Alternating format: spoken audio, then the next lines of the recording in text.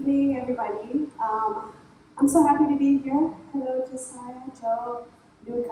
I think we went to the same school. It's good that we're all connected. Um, my name is Elena Perez. I'm a project manager and strategist at Impact Tank.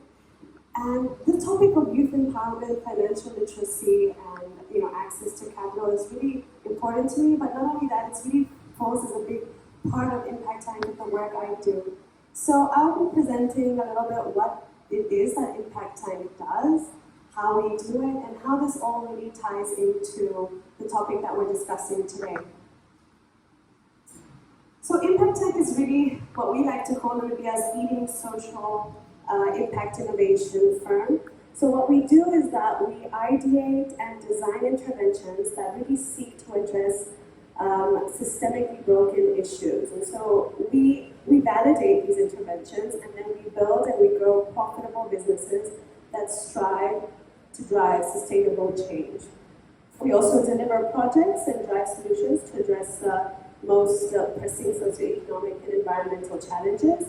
And at the end of the day, our whole mission is really to unlock economic opportunities and improve social outcomes through entrepreneurship and grassroots capacity building. So Impact Tank works under 3 thematic areas. All our interventions really do follow it under these thematic areas, and we use our guiding light, our community strategy approach. And that one's really derived from the multi-dimensional poverty index, which at the end of the day have to have some linkages to health, education, and increased standards of living. So under our blue and green economy, the practice is really focused on harnessing Namibia's natural resources and using sustainable business practices and minimizing environmental impact. Under our indigenous knowledge thematic area, we really try to focus on developing social, economic, and environmental solutions that build upon Namibia's culture, that build upon Namibia's heritage, and that build upon Namibia's traditional knowledge. And our final thematic area is emerging technology. So this thematic area really harnesses emerging tech to accelerate our community's economic transformation. So we have all of this. How do we actually work? Well, we usually begin by working on projects that generate solutions for systemic issues. And so if we see that a project's hypothesis is confirmed, we then transform it into a venture. So we go from projects to ventures. And our ultimate goal for these ventures is so that they really get them to gain their independence, scale up, secure capital, and achieve profitability, and while at the same time consistently addressing the issues that we had identified in the very beginning. I hope you can hear me with this rain. I hope it's okay. So we have an impact tank approach.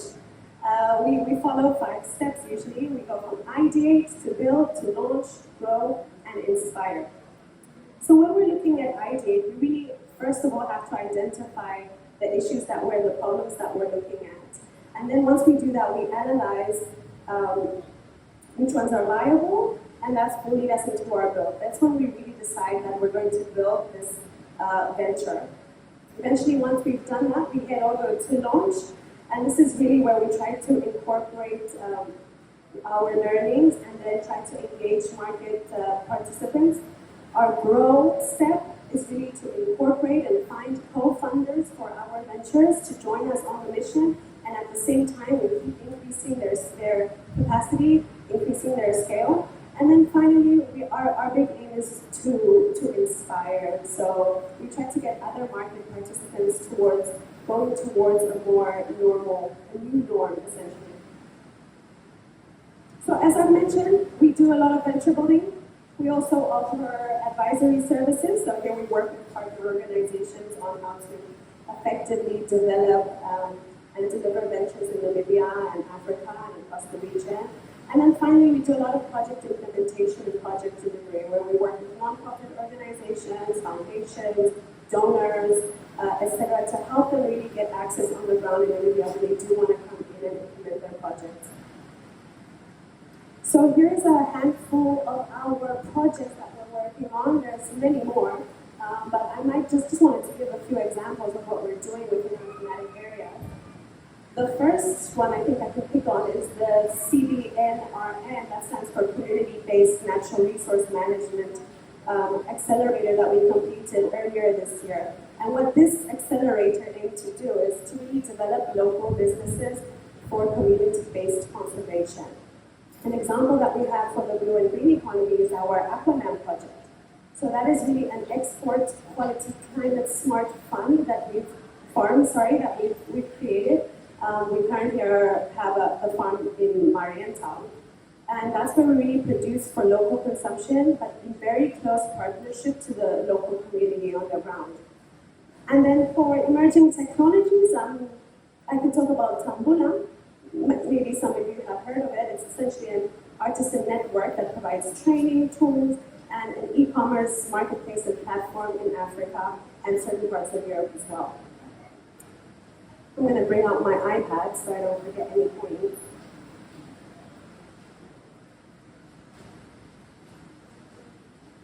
So essentially, how does this all tie into today's topic? So bringing back to the topic, we're really here to discuss that I'm here to discuss that at the core of Impact Tank, what we try to do is really address the issues of access to capital and financial literacy, and we try to do this both directly and indirectly.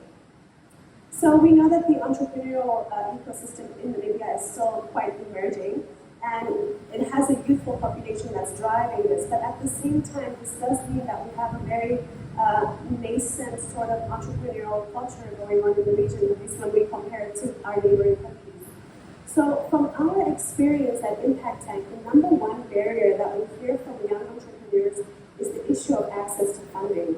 So this is why financial literacy is so important. So not only for entrepreneurs, but also from the side of the investors. It's important for them to really understand the investment landscape and the dynamic, and then that way they can be better prepared when they're looking for investments. So Impact Tank operates and facilitates this using essentially two vehicles. The first vehicle that we use is that we get entrepreneurs and young business owners investment ready. And we do this through our mentorship sessions, our accelerators, our incubator programs. And the other vehicle that Impact Tank uses is that we ourselves invest in entrepreneurs and small business owners. And we do this through microloans. And this led us, of course, we do this all under what we have named the Kaleni Fund. And our investment thesis really lies under all of that, where we do a lot of pre-seed and seed funding. And the main investment thesis for this fund is really to resolve that funding gap that we see between underrepresented, but yet very high social potential entrepreneurs. And that way we can help them build up and scale up.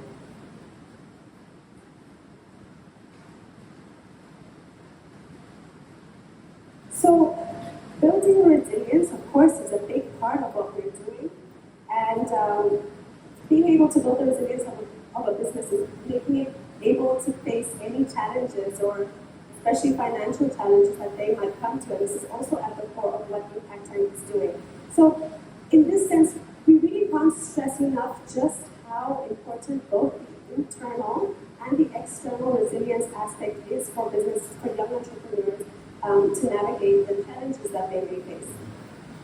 So when we think about building resilience, we're really looking at the strategies and the risk mitigating actions that an entrepreneur needs when they're developing and assessing their approach. So there's really a need to understand the market needs and to see how these needs may change over time. So we're really here, this is where we really come in, by supporting entrepreneurs and providing them with the tools that they need to do this. So if we look at the internal resilience, this really involves establishing really robust structures within the company, things like updated financial statements, contracting agreements, having the right people in that organization that can tackle the rights that are in the right position to address this problem. So once you have that internal structure in place, that's really what solidifies the internal, and then that's also linked to the external resilience of it all. So when we talk about the external resilience and the coping mechanisms to face challenges, it's really about how the entrepreneur is prepared for any external shocks that they could face.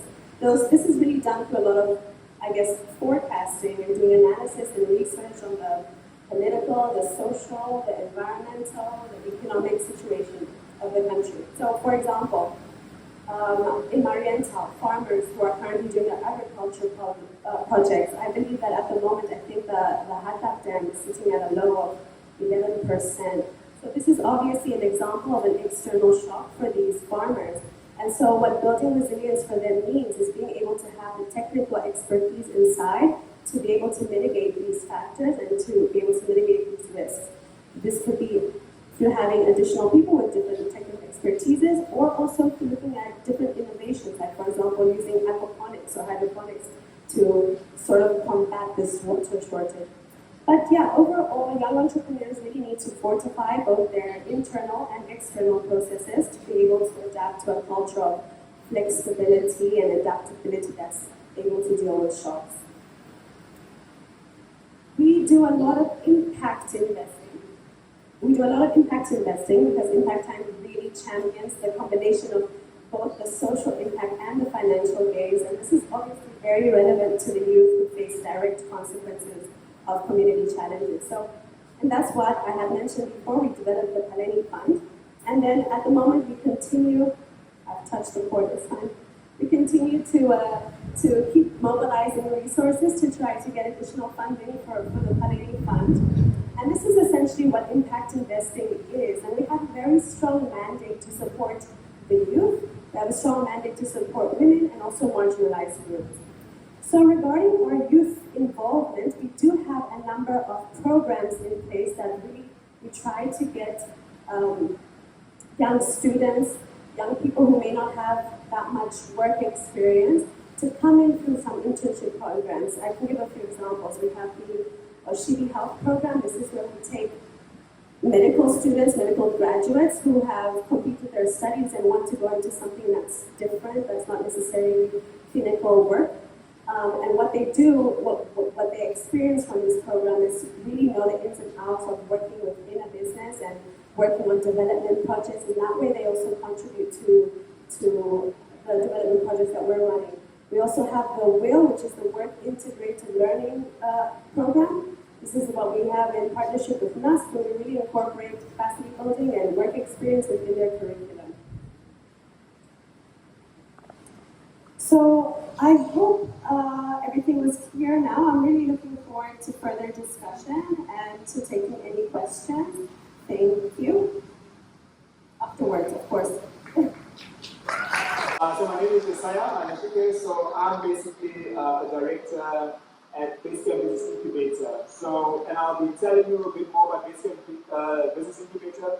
But before I do that, I always like to start with the why. Why do we do what we do? And the reason why, at least from my perspective, why I'm involved in Basecamp is really to see if we can make Namibia one of the most entrepreneurially innovative countries on the continent, right? Who here believes that we can do that? You can raise your hand. All right. Some of us do, some of us do not. But I'm quite excited about that. So, okay, this is at least hopefully this is not too theoretical, but this is some of the things that drive me. We all know that innovation has really played a central role in developing a lot of countries around the world, right?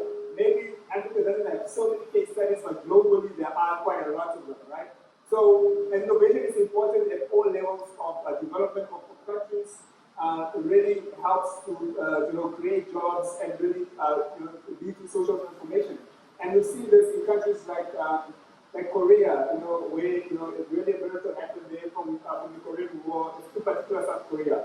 And then India, we're seeing it happening today. China, we've seen a lot of that happening as well. So I also think to myself, so why can we not do the same in Namibia, right?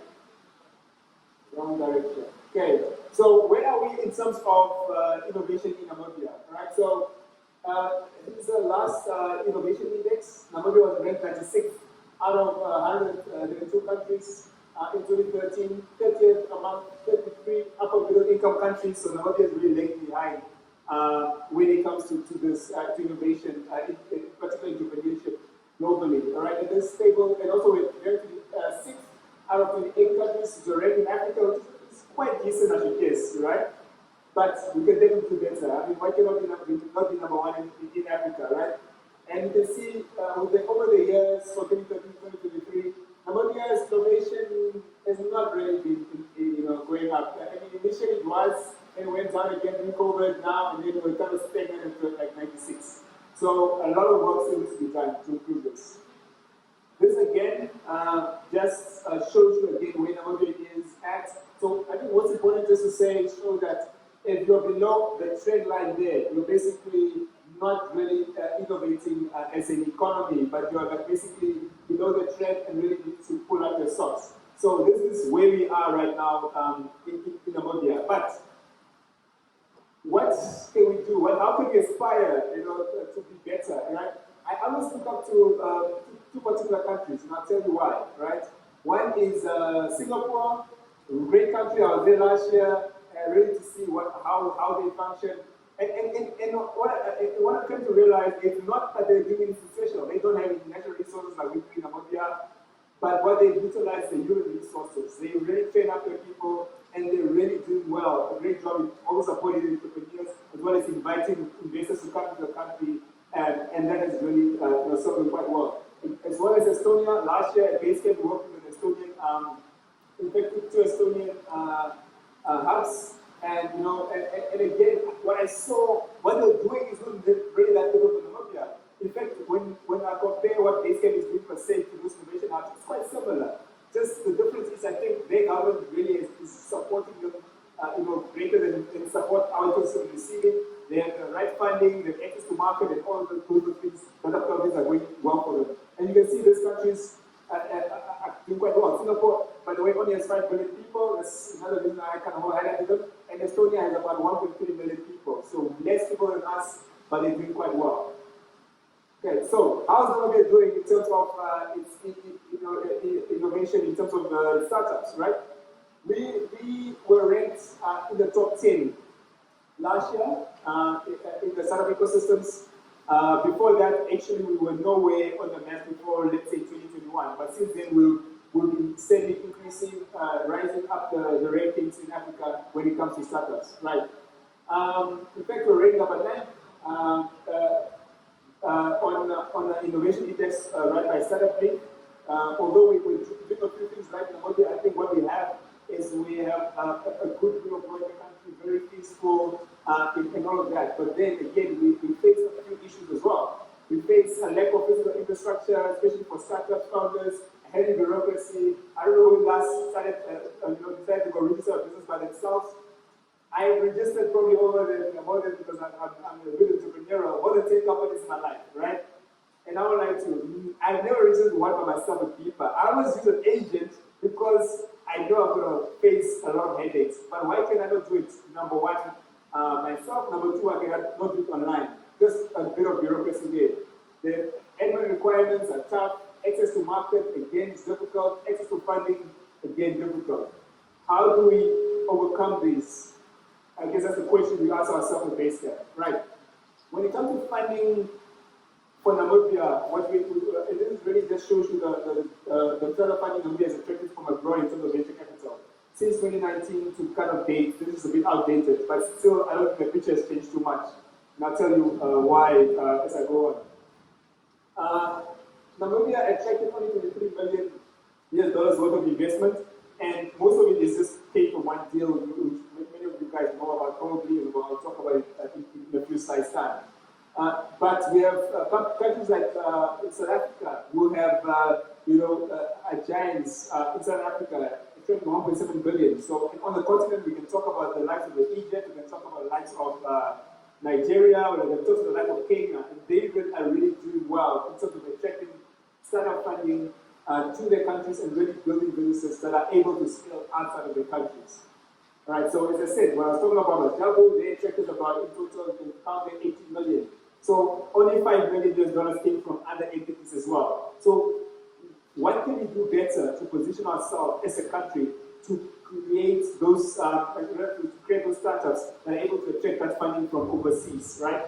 Last week was 2 weeks ago, Basecamp hosted in a pitch event where we had, I believe, six of some of the best of Namibia's startups. They came, they pitched to some international investors, and the best three startups were then selected to go to pitch again in Kigali. All right, so hopefully they get funding as well. And when I got feedback when I was talking to the judges as well as some of the organizers we partnered up with, they told me, actually, no, for this one they saw, they're quite innovative startups.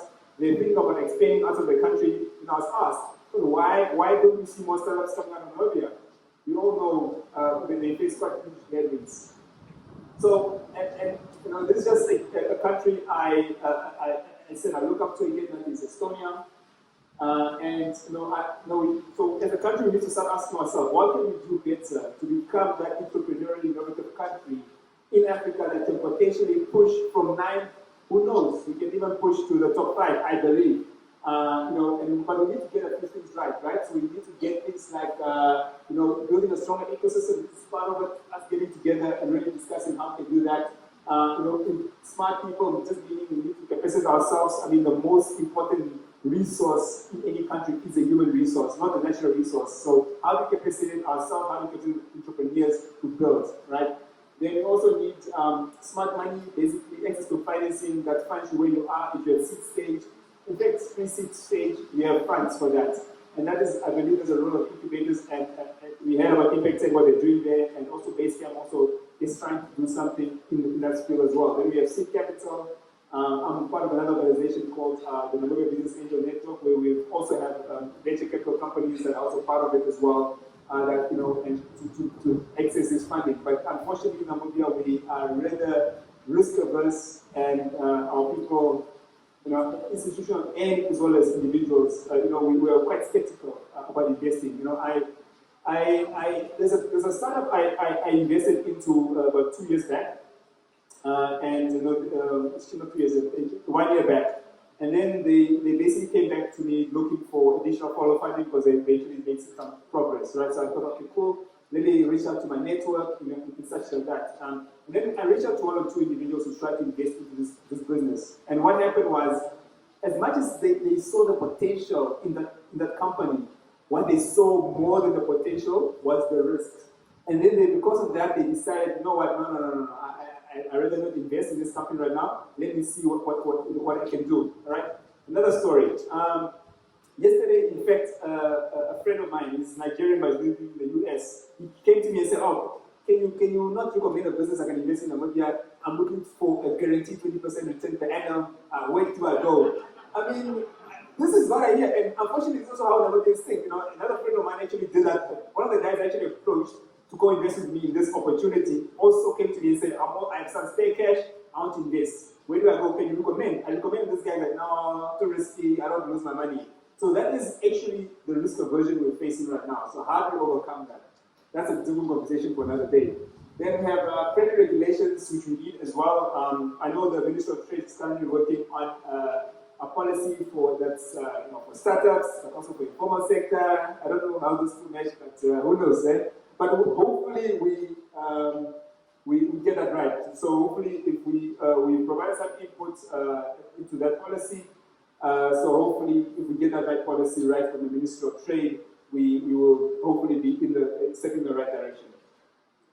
So given all of that, that's really the background in terms of, at least from my perspective, why we do what we do at Basecamp. So these are the challenges we experience in the country, but we also have a number of positives as well. So how do we, as an incubator, kind of step in and try to amplify to make, at least play our part in making Namibia one of the more entrepreneurially innovative countries on the continent, right? So Basecamp is a non-profit organization. We basically see ourselves as an innovation hub and really try to help to build the Namibian startup ecosystem. We do a number of things from startup acceleration, incubation training, community building, corporate innovation, as well as species financing, right? Again, why do we exist, right? What I just explained to you now, but when we started off, Namibia's economy was quite stagnated.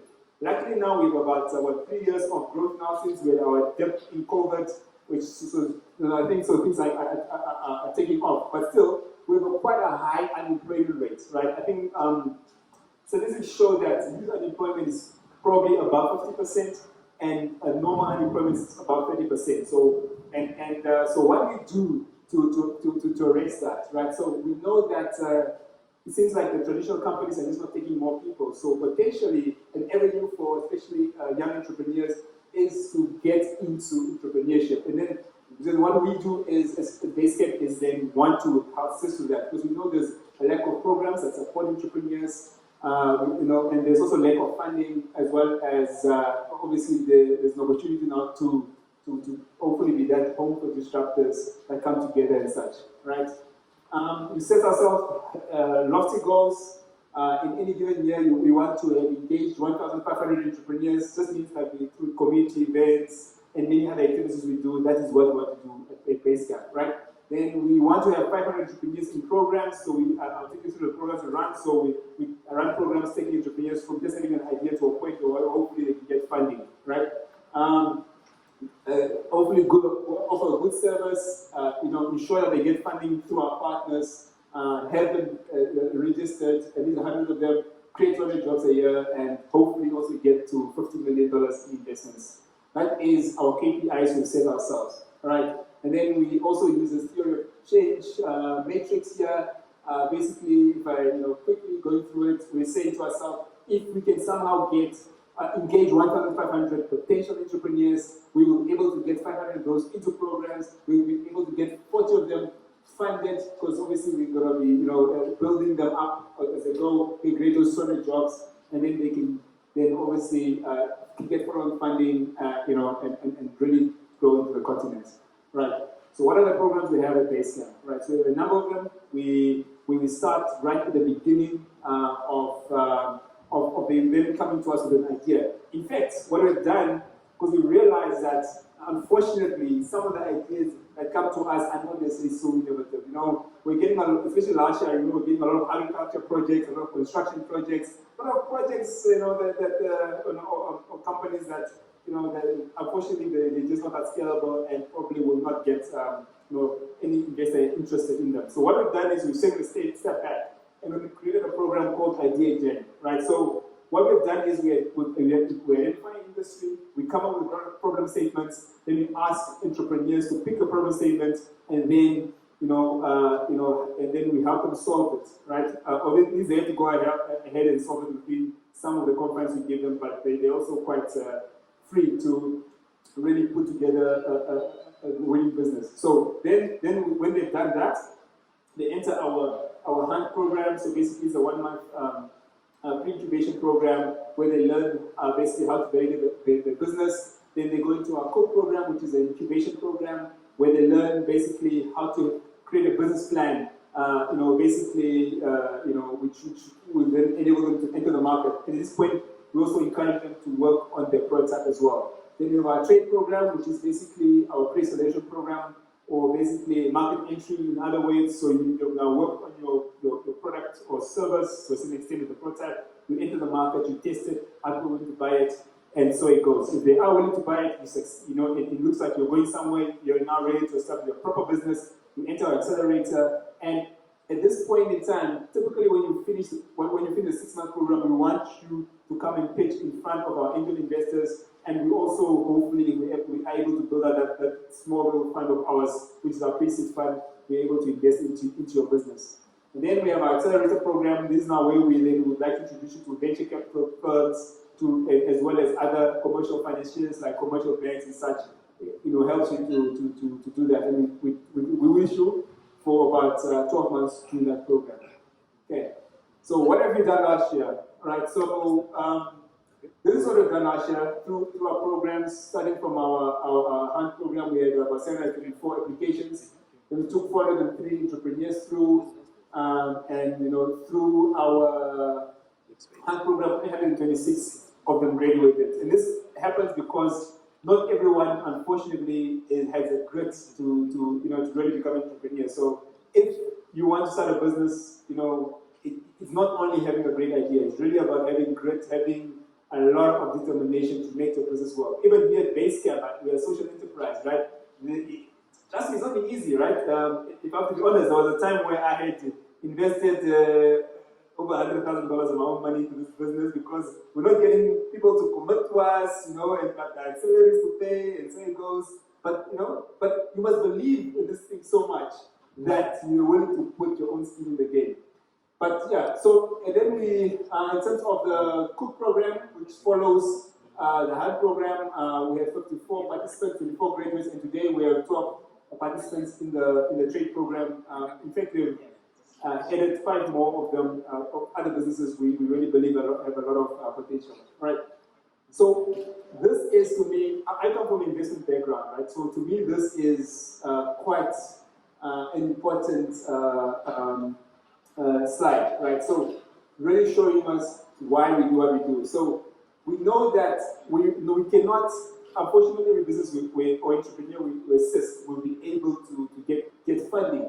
But the idea is to say, look, if we are able to get that 1,500 entrepreneurs engaged, we can get 500 to commit to the HUD program, 180 of them can graduate from the Cook program, then we can get 40 of them to get that funding in the trade program of hopefully about $100,000 that's what we're looking at, and then we are then able to to split them out to various VC funds and invest about between 200K and 500,000 into them. That's really what we do. Here's some of the other services we do, which I think I already touched on. And yeah, and Basecamp will not be able to exist without partners, right? As I said, initially, unfortunately, before we were able to prove ourselves and validate ourselves, it was very, very difficult to get partners on board. But once we were able to prove that, okay, what we're doing works, we're able to get a lot of great partners on board. This is some of the partners we've worked with since our founding, and we really only started operating last year we started operating last year in January, but really started doing actual programs, let's say in April. So between April and November last year, these are the numbers I showed you before, and this is some of the partners we then have been able to get on board since then. This year, in fact, it was at the end of last year, this year we've gotten on board two or three other great partners on board as well. So yeah, that's really all about Basecamp. Thank you very much.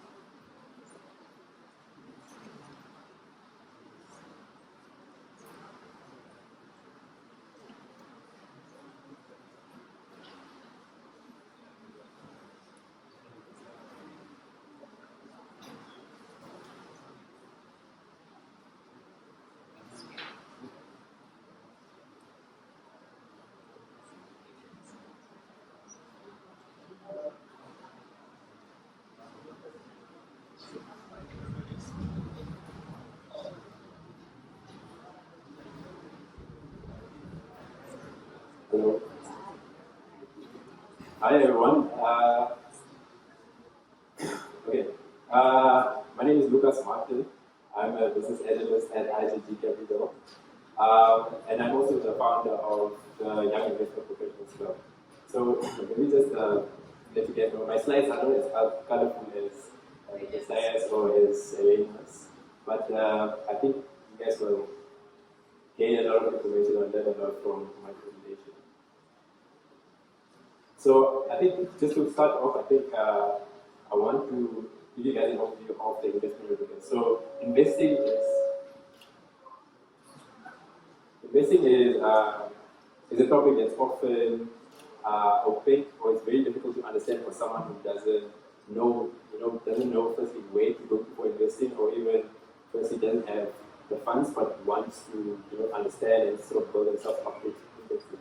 So I think it's sort of important to first understand what does it mean to invest, and that's probably the first place where you'll start when you first get your things. You first start working and you get your first capital and you want to put it into something worthwhile. So you'll probably go to Google. You'll probably go to Google, and these are the two definitions that you'll get, or these are the ones that I picked that sort of make the most sense. So Google defines investing as putting money into financial schemes, shares, property, or a commercial venture with the expectation of achieving a profit. So that's, I feel like if I didn't know anything about investing, that wouldn't help. But then the second one also says buying something or a relatively expensive product whose usefulness will repay the cost. So maybe you're buying a watch, or you're buying a house, or you're buying something of value that you'll use on a day-to-day basis. That also doesn't give you too much direction. So you might then go to Investopedia. That's also sort of my favorite source for investment information. And they'll define investing as putting money to work for a period of time in some sort of project or undertaking in order to generate positive returns. And these profits, I see them under mutual investment. And they also go on and say it's allocating resources. They also add that investing differs from saving, and this is also something that you often hear from investment professionals, is that saving is usually about taking money and putting it away, safeguarding it, versus investing is taking money and putting it at risk and trying to generate or, make that money grow or make that money, multiply that money safely. So once you then figure out what it is to invest, you might also ask yourself, all these people are telling you to invest. First, it's stock fells and then Bitcoin and why should I invest? So the first one that I would think of is financial security. So I think everyone has their own definition of what financial security means. Some of them might mean I want to be able to not work for a year and I'll still be okay and I'll still be able to cover my expenses. And some might say financial security is having a specific number, like $2 million in my bank account or $10,000 in my bank account. I don't know what this is. Another reason for investing is safeguarding your assets. So you might have an inheritance, or you have income, or you have some sort of asset that you want to put away, you want to protect it from, the elements, or you want to protect it from the markets or whatever. Another one is then also securing your pension and the future of your dependents. So you might have children, you might have family members, and you want to essentially put money aside so that when you get to that age, you're able to live off that money that you save. Or once you get to that age, or once your children get to that age, you might be able to pay for their university or their high school, or even just to take care of your children for health purposes or whatever. Another one is achieving your financial and personal goals. That might be a specific number, or it might be something like, I want to go to Bali, or I want to go to someplace, or I want to buy this car, or whatever it is. So that's also why you might not be invest. You need to put money or grow your money so that you can be able to afford those things comfortably. Another one, or the last one, I think, is maintaining your purchasing power. Because we all know inflation, everyone's been talking about inflation for the past few years. And if you don't put your money away into something worthwhile and at least grow your money at the rate that beats inflation, then simply you're losing purchasing power.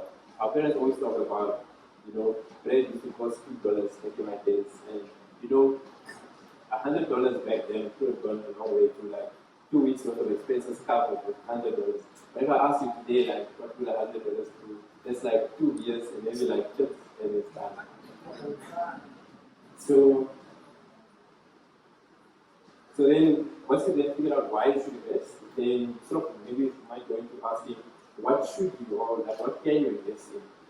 And then, you start looking around and people come with all sorts of ideas of stocks, bonds, short-term debt, private equity. By the way, I work in private equity. Private debt, venture capital, so Josiah and Lena. global markets, you might want to put your money into like this New York Stock Exchange or the FTSE or other markets, commodities, currencies, derivatives, all these sorts of like buzz terms. And yeah, it's a lot to take in. But I think, to sum it up is you should invest in something that you understand. So yeah, I mean, it's not, I think it's a common thing we hear about people falling prey to like these pyramid schemes and things like that. And fundamentally, it's because obviously as an or not an insider, but someone who's coming from a financial background, you can understand why something like that cannot work. But someone who doesn't have an understanding thinks, oh, this is a sure thing. I can quadruple my money and money will just pop up from somewhere. And everyone will get quadruple their money, even though we're all putting in the same amount of money. So that makes sense. But fundamentally invest in what you understand, and that means doing research, reading up a lot, talking to advisors, and yeah. And then yeah, that essentially then means investing in education and talking to people and understanding essentially what the value of the thing is that you're investing in. So there's a famous quote by Warren Buffett that goes, price is what you pay and value is what you get. So you might pay $100 for something, but it's only worth $2.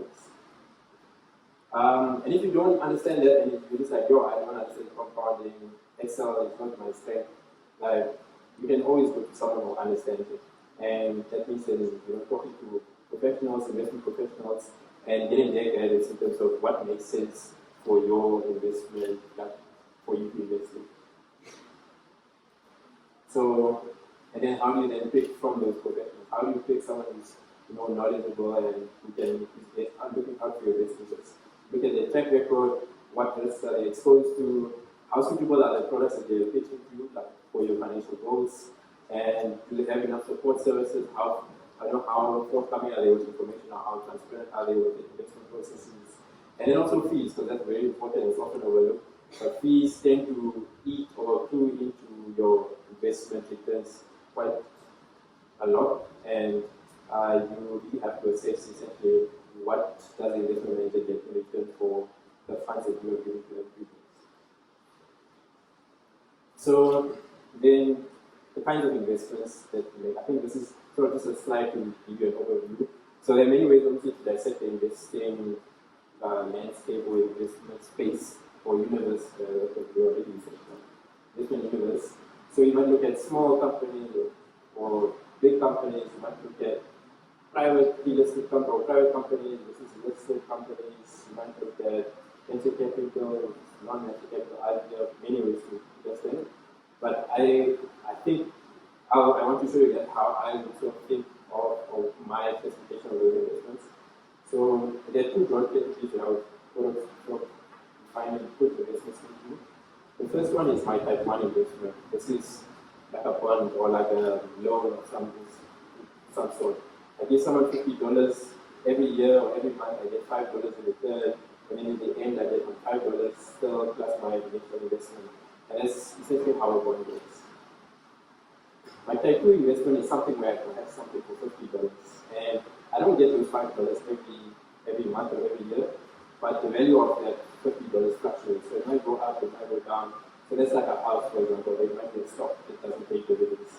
And the two of them obviously could be linked. You might have a stock that also pays dividends. And the dividends might not also just be constant, they might fluctuate or they might be linked to something else. So these are sort of two broad categories. And you can also lump other types of financial instruments into these, like derivatives or like other stock equity instruments or whatever. So you might then ask, okay, cool, how do I start investing? So where essentially do I go? Figure it out and like, where do I go? So you might go to a fund or investment manager. So IGG Investment Managers is an investment manager who manage funds on behalf of institutional clients and also private clients. There are also other investment managers, Aurelia, Samega, these are Catalyst. We have other investment managers from Alex State there. We have Rachel. We have investment managers from LNV, 91, Service, yeah, you can name it. You might also then say, cool, I don't want to go into an investment manager. I just have a specific amount of money and I just want to put it in like buying a specific investment or doing something specific with it. So it might go to a broker directly and say, I want to buy this specific bond, or I want to buy this amount of this specific stock. And you're going to, ideally also the stock broker will be there for a while, and yeah, but then you can help you do that. They also brokerage platforms. You say, cool, I don't want to go to someone and have to explain to them this, because it's too manual. I have to call them and send them emails. Let me just download the app, like Easy Equities or Better Trade or whatever, and like trade the stuff myself or buy the stuff myself. So Easy Equities, that's also something that we have a partnership with IDG with Easy Equities. We can help you open a brokerage account and simply get to that platform, and you can put your money into that platform. You might also want to get Meta Trader, for example, to invest in other types of products or commodities and currencies. And then start up venture capital platforms, so like that's Navan and Fintech. I don't know if Fintech actually takes investments from, I don't think so, but Navan might be one that you look at and say, I'm willing to join, as a group of individuals who are young professionals. We build up savings of $50,000 or $100,000 and we want to invest it into startups. And then you might form a group and join this angel network. I think it's exclusive. Maybe you say exclusive network of angel investors, and then you guys get to listen to the pitches and invest in startups. Or you might start your own business and you say, cool, I'm going to start my own thing and put my money into it. But before you do all of this, very important that you understand your financial standing and essentially whether it makes sense to make those investments. So who do you talk to? So obviously, I've said, there are many different brokers. I also talk about IJG a lot, when you guys are like, it's IJG. Obviously, they pay the salary and probably sent me here to pitch IJG and what. And yeah, you guys are correct. And I qualified to say that because I generally believe IJG is the best at what we do. So we do stock broking, we do wealth management, we do private equity, we provide research, we provide businesses with advisory services, and yes, this is essentially a summary of what we do. So we offer portfolios to clients, single asset class portfolios, asset allocation portfolios, both within pool funds, but you can also send us money and then we'll manage those funds for you. We also provide you with research that helps you obviously stay in touch with the markets and get a good understanding of what it is that you want to do. And then we also have the platform essentials where we have the brokerage, we have the link to Easy Equities, you can seamlessly connect between different types of funds and different types of platforms. And yeah, so maybe just to take it back to when we said, what does it mean to invest? So we talked you through Google's definition, and Wikipedia's definition. But I think fundamentally, when I first got into the investment space, I felt like we've sort of maybe constrained the definition of investing to this thing that involves finances and money, and you have to put money into something and put it at risk. But we have other kinds of assets at our disposal as well. You have time, you can invest your time into something. You can invest your energy into your relationships, or you can invest in your own community and in your environment. And that's essentially been my journey so far. It's been a very short journey. I've only been in the investing space for like 2 years now. But it's been a very fruitful journey. And that's essentially what I've been trying to do, is redefine investing. And that's essentially why we started the Young Investment Professionals Club. So the Young Investment Professionals Club was started in 2022, in October 2022. I just spoke to people, or I just reached out to people on LinkedIn and said, you guys want to form a club and talk about investments, and we can be best buddies. It's very lonely behind those Excel spreadsheets. So that's why we started the club. And yeah, so essentially who are we? So the Young Investment Professionals Club is a community of around 200 members from various parts of the British financial investment sector. We also have many students in there. We attend events, we host events, we have discussions, and then we mostly talk through WhatsApp, or it would be I speak mostly on that, to be honest. But yeah, then people have like interesting discussions and we'll just listen in, or share interesting research and interesting insights. And then what do we do? So maybe to go back, you guys didn't see that. But what we do is, the YP Club sort of stands on three sort of pillars or three fundamental ideas. Is that we want to contribute meaningfully to Namibia society. We want to act as a platform for investment professionals, and we also want to provide knowledge or increase financial literacy within the country. So the first one we attack that through social outreach. So I'll talk more on these ones, but we also then provide research or share research, and then we host events as well. So the first part is social outreach. So last year we partnered with the orphanage